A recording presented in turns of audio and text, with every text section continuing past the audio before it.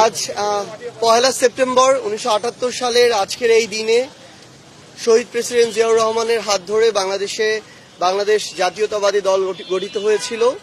আমরা জাতীয় নাগরিক পার্টি এনসিপির পক্ষ থেকে তাদের অফিসে এসে আমরা আজকে তাদেরকে ফুলেল শুভেচ্ছা জানিয়েছি। আমরা তাদের দলের উত্তরোত্তর সমৃদ্ধি কামনা করি এবং আমরা বিশ্বাস করি যে বাংলাদেশের এই জাতীয়তাবাদকে ধারণ করে তারা আগামীর বাংলাদেশে দেশ এবং জনগণের স্বার্থকে প্রাধান্য দিয়ে সর্বাগ্রে রেখে তারা কাজ করে যাবেন।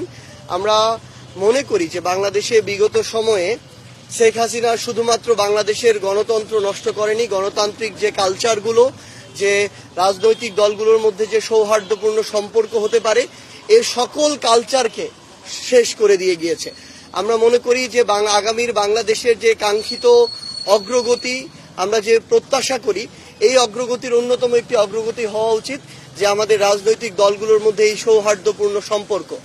আমার যে কোনো একটি রাজনৈতিক দলের যে কোনো একটি বিষয়ে আমার দ্বিমত থাকতে পারে, আমি তার পক্ষে বিপক্ষে আমার কঠোর সমালোচনাও থাকতে পারে, কিন্তু রাজনৈতিক দলগুলোর মধ্যকার এই পারস্পরিক সৌহার্দ্যপূর্ণ সম্পর্ক ছাড়া আগামীর বাংলাদেশে আমরা যে গণতান্ত্রিক উত্তরণের কথা বলি, আমরা যে সংস্কারের মধ্য দিয়ে কাঙ্ক্ষিত বাংলাদেশের কথা বলি, সেটি আসলে সম্ভব নয়।